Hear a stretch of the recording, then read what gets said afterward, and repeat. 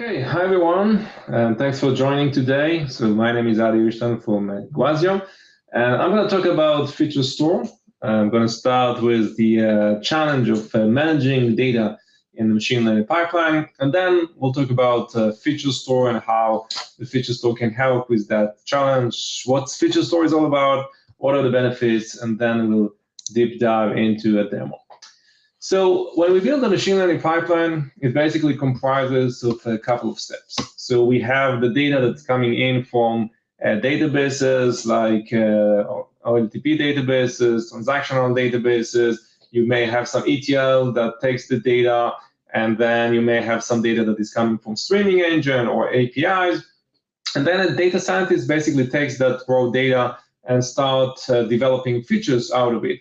So you need to explore the data, develop some features, and eventually start training a model, develop all kinds of models that fits to those features, and at the end of the day, deploy that model in production, in the serving layer. And then once the model is being deployed, you also need to monitor the model, make sure that the data that is going to the model is the right set of data, to monitor whether there is a drift within the data, and so on and so forth. So when you think about this pipeline, and you think about the challenges in order to create those pipelines, it basically, you can see that most of the complexities arise from the data. So it all has to do with the data itself, because you need to get the data from different sources. Then the data scientist needs to do something with the data, create this raw data into features that can be fit in a model. And then once you have the model, you still need to make sure that the data that goes to the model, the feature vector in production, is the right set of data. You need to monitor that. So at the end of the day, everything has to do with the data. And you can see that most of the challenges is basically around handling the data within this machine learning pipeline. Now, on top of that, if you think about the typical scenarios or the typical flow, you basically have the data scientist in the middle. So the data scientist needs to get the data. Sometimes they need the data engineers in order to help them to get the data from data lakes, all kinds of data sources. Then they create the model, they play around with the features, they create features, they train the model, and then once the model is ready, now they need to take it to production. Now, how do you do that? How do you take this piece of code that is actually working in the lab and migrate it into production? In many cases, that requires some migration of data and migration of pipeline. So the data scientist needs to go back to the data engineers in order to rewrite the code in a way that the code is suitable for production. Because in production, you may have different engines. You may have streaming engines. You may need to deal with live feeds that are coming in from a streaming engine like Kafka, or you may need to take the data from OLTP databases and so on and so forth. So the source of the data is different. The way you handle the data may be different, because now you need to create some kind of an online transformation that goes into an online database so your machine learning model can actually use that. So there is an entire process that you need to migrate from research to production, and there are lots of back and forth between the data scientists and the data engineers in order to do that. And then you have the MLOps engineer that is basically responsible to set up the entire environment, to make sure that you have the right processes in order to take that piece of code and run it in a scalable cluster, to have all the libraries in place, to have monitoring set up so you can monitor the model, to identify drift, to analyze the data, to send notification, maybe to re-trigger the entire training process again and again. So again, there are lots of back and forth between the data scientists and the data engineers and the MLOps in order to actually create such pipeline and to move those data pipelines and the models all the way from research to production. And this is why Feature Store comes to the rescue, if you will. As you can see, the Feature Store is actually at the heart of this machine learning pipeline. Feature Store provides you the ability to create and manage all kinds of features in a very easy way.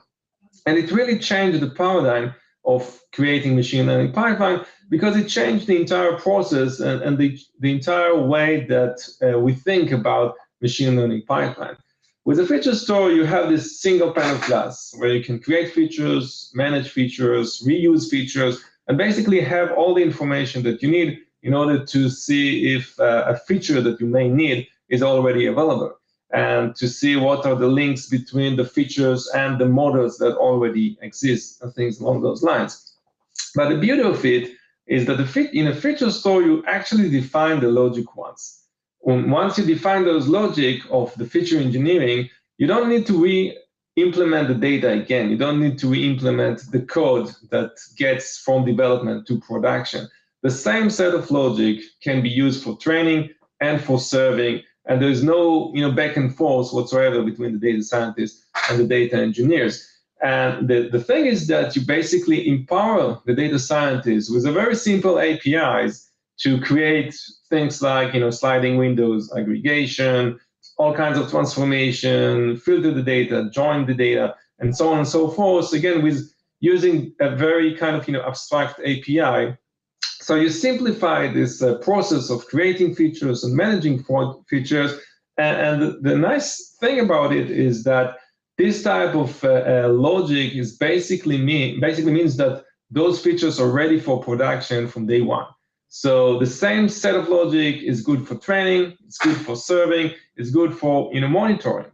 So the monitoring is another angle, because if you think about it, you have the data, the feature vector that goes to the model monitoring, but then in the feature store, you also trained the model, and you have all the analysis about the features, and you can actually compare between the features that were trained in the feature store and the features that are actually being sent in the production serving layer.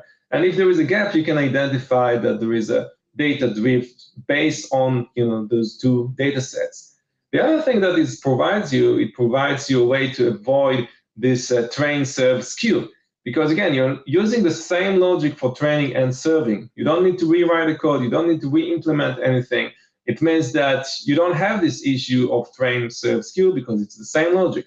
So bottom line, you're getting a mechanism here that allows you to use the same logic for your training and serving without migrating the data again, minimizing the back and forth between the data scientists, the data engineers, and the MLOps engineer. And by doing that, you're getting a much faster process from development to production, and lots of other benefits, like the fact that you have a catalog of features. You can share features, you can reuse features. So as a data scientist, when you start your project, you don't need to start from scratch, right? You can go to this catalog, you can easily identify if there are features that already exist that you can reuse, and that basically can save a lot of time, especially when it comes to large organizations that have lots of projects, lots of data scientists. You can reuse those features, you can go to that catalog, and you can basically speed up your development process big time. Now, if you look at the tech giants, they already kind of figure it out. So they created their own machine learning platform with a feature store because they have the resources and they have the manpower and the money to put on that type of solution. So Uber came up with this Michelangelo platform. Netflix has their own solution. Twitter has their own solution, and so on and so forth. And we believe in Iguazio that those type of solutions should be available across any enterprise. So it's not just for the tech giants, but any enterprise can actually benefit from having a feature store and manage those features in a much easier way as it is today. So if you think about in a very high level what feature store is all about and what are the features that feature store brings in, then the feature store is first and foremost a single pane of glass that you can view all of your features. You have a catalog of features. You can share features, reuse features, and easily keep all kinds of metadata about those features. So you can see which features are being used mostly, which features are linked to specific models, and so on and so forth. So again, as a data scientist, you don't need to start from scratch. You can go to that catalog and easily identify if there are some features that you need or you can leverage. The other aspect of it, which is even more powerful, is the fact that a feature store is really all about being a data transformation service. So you can actually empower the data scientists to create all kinds of things that are more complex data engineering stuff. So sliding window aggregations, filtered data with different data sets, all kinds of transformation, all those type of things can be done using this API, using this SDK, without the overhead of data engineers, with very, very minimal overhead of feature engineering. And that's a pretty big thing. And once you do that and you define that logic, and the data is going to be saved in the offline feature store and also in the online feature store, it basically means that those type of features are ready for operational use from day one. And that's a pretty big thing for feature store. So with that, let me go to show you how that actually works. So I'm going to show you a demo of a feature store, of this Iguazio feature store. And with this demo, I'm going to show you how we can take a couple of data sets. In this case, those are 3 data frames, and create feature sets out of it and consume those feature sets. Now, Iguazio feature store basically use 3 engines. So we can work with Spark, we can work with Pandas data frames, and we can also work with an engine that is called Story, which is a stream processing engine that basically provides a way to create a complex, real-time workflow in a very efficient way. So you can actually create a graph that comprises of different steps and do all kinds of real-time transformation within that graph. So in this demo, I'm going to show you how we can actually leverage that engine for the sake of this demo. So the first thing that we want to do is to create a project. So our project is stocks-demo. Everything here is in the context of the project. And now we're going to create a couple of data frames. So we have quotes, we have trades, and we have stocks data frame. So the quotes is basically based on time, ticker, bid, and ask. The trade has a time, ticker, price, and quantity. And the stocks is some kind of a lookup table with the ticker name and the name of the exchange. Now, in order to run our feature store, you need to run a couple of imports. So the feature store is basically a library within an open source that is called MLOps, that is part of the solution. So we're running a couple of imports. And then in order to create a very basic feature set, all I need to do is to run this feature set command, give it a name. The name is stocks, and the entities. Now, the entity is basically the key. I'm going to use that to do the joins with the other feature set. And now, once I create this feature set, I can actually ingest the data into that feature set. So I'm going to ingest this stocks data frame into this feature set that is called stocks set. So that's a very, very basic feature set. Under the hood, that's going to run a process that basically save the data in both the offline feature store and also the online feature store. And the online feature store under the hood is basically based on very, very fast key value. And that means that the data is available for online application with very low latency access. And then the offline feature store is usually based on Parquet file for training and all kinds of analytic type of processing. So this is how I can actually create a very basic feature set. But now let's say that I want to create more advanced feature sets. I want to take the quotes data frame and basically create all kinds of transformations out of it. So I'm going to create this new feature set called stocks quotes, give it an entity. Again, the ticker is our entity. Now I want to create a graph, a real-time graph that basically comprises of a couple of steps. So the first thing that I want to do is to create a custom code. So I want to create some kind of a class here called myMap and do something like adding another column, in this case called multi, that is based on an event called bid, multiply that by something. So this is a custom code that I want to add into my graph. Now, as I mentioned earlier, I'm going to use this story library, which again is a stream processing library to do all kinds of more complex transformation. And in order to create that graph, I need to specify the feature set name .graph.to, and this is how I can actually create steps within the graph.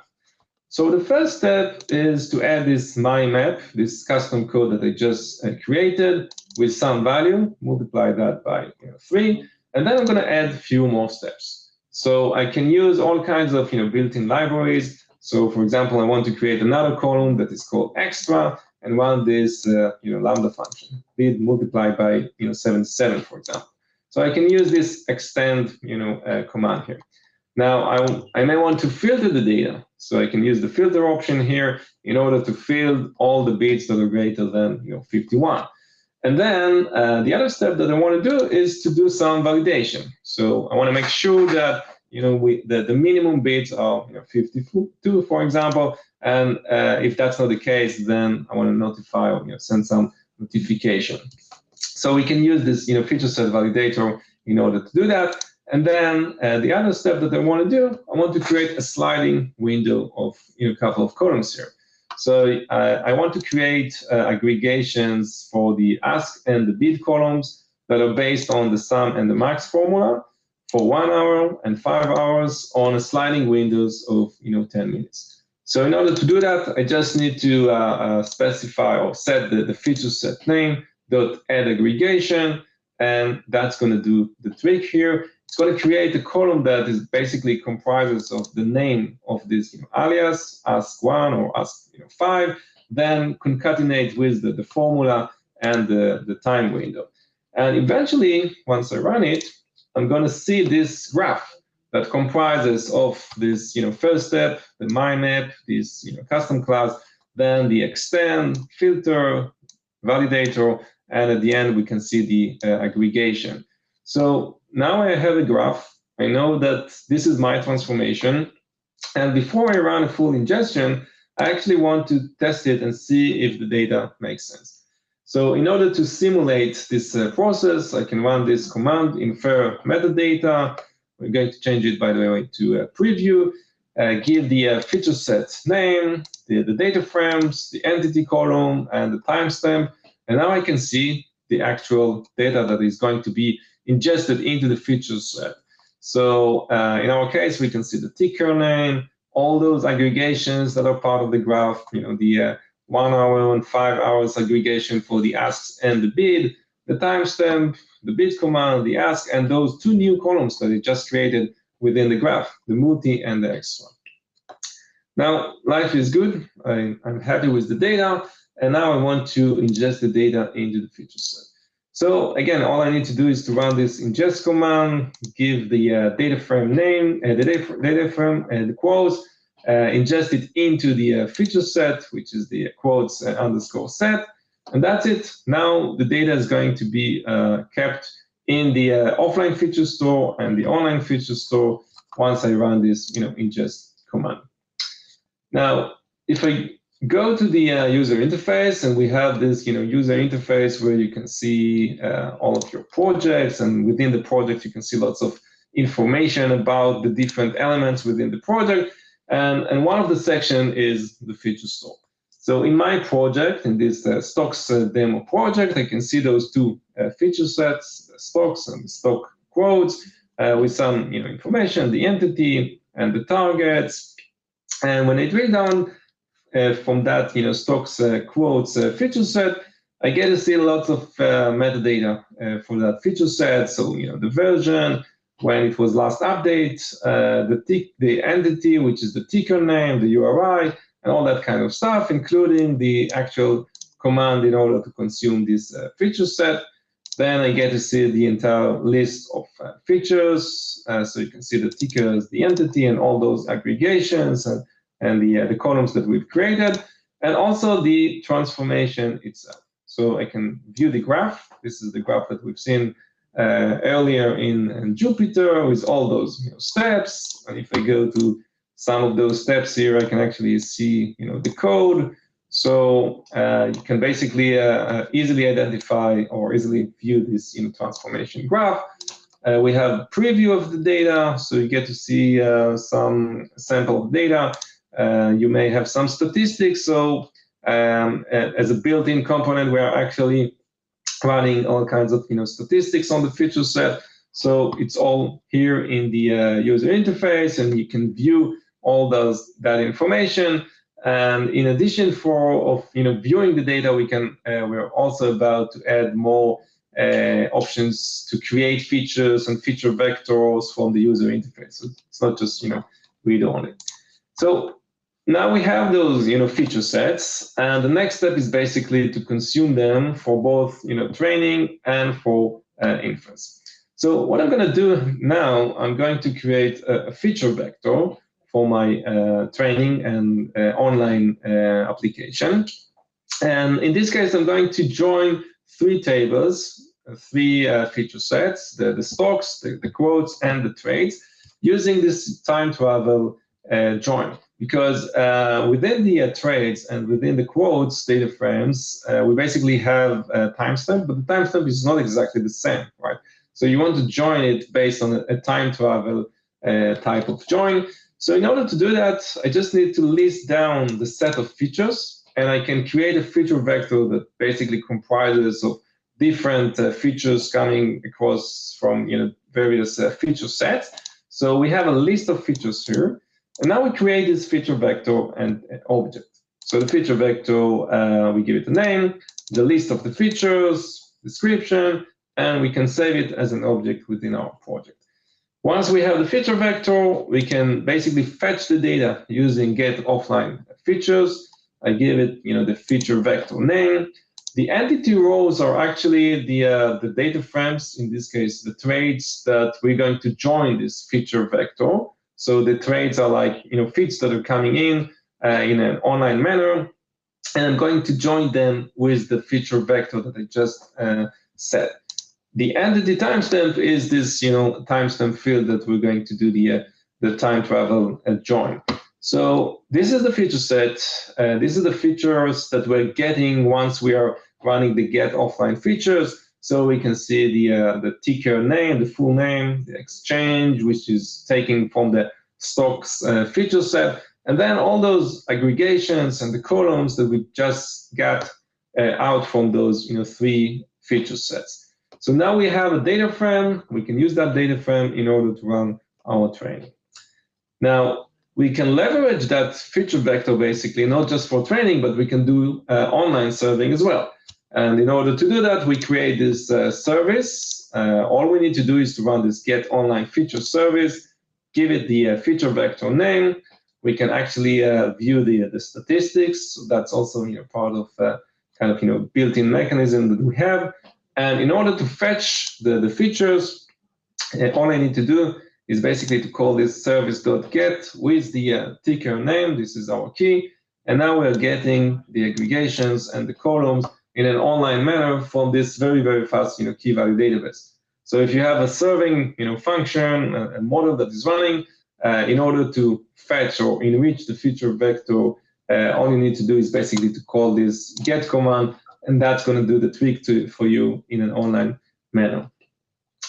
So the beauty of it is that we didn't need to write anything in order to store the data in both the offline database and the online database. You just need to use the same feature vector, and that's kind of available for both training and for serving.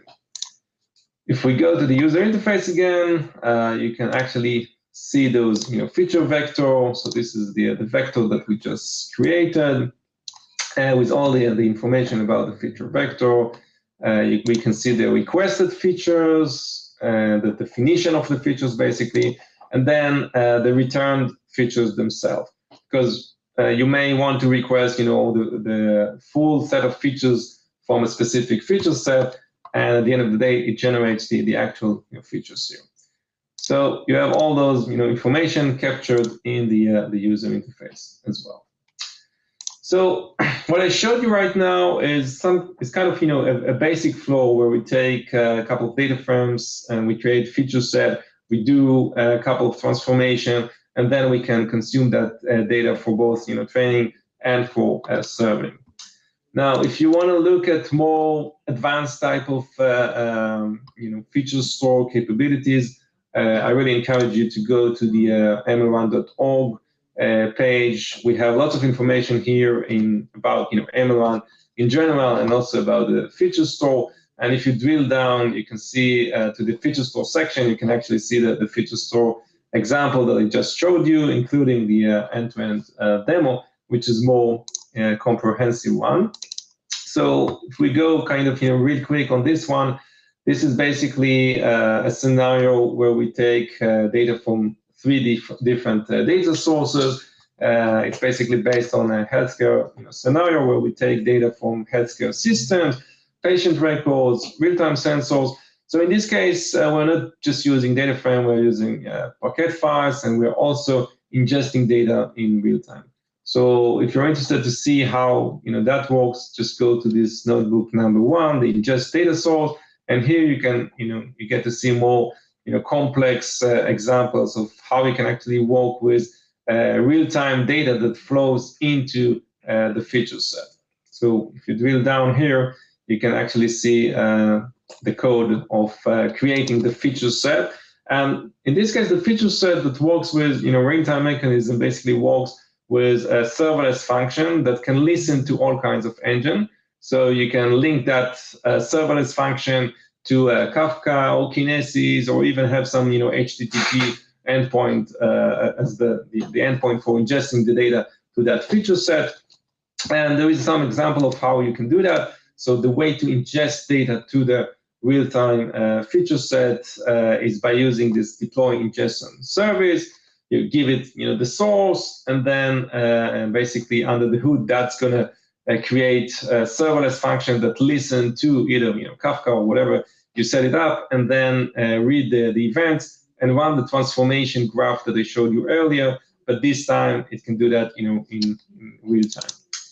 Now, if you go to the training notebook, the second notebook, this is where you can actually see an example of how we can train a model using the feature store. So in this case, it's a scikit-learn classifier that you pass this feature vector that we created in the previous step as an input to that training job.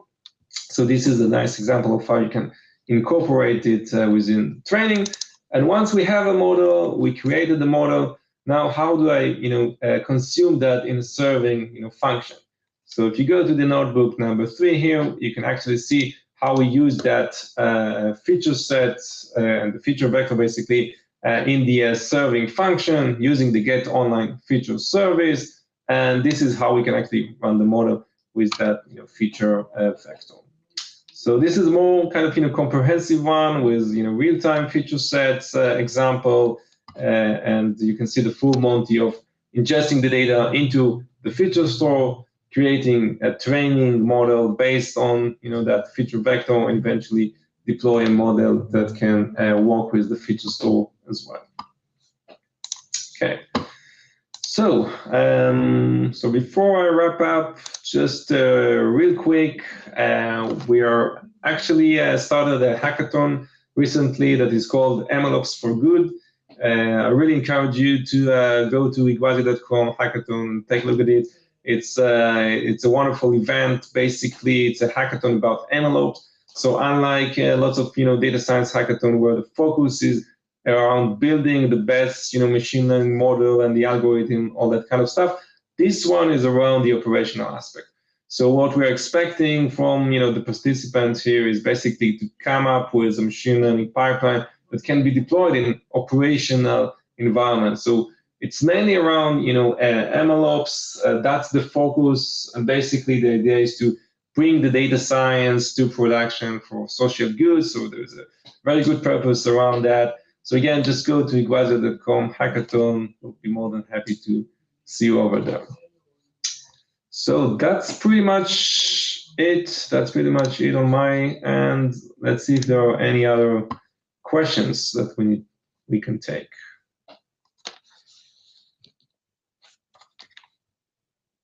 Baila, any questions that we can take on the Q&A side?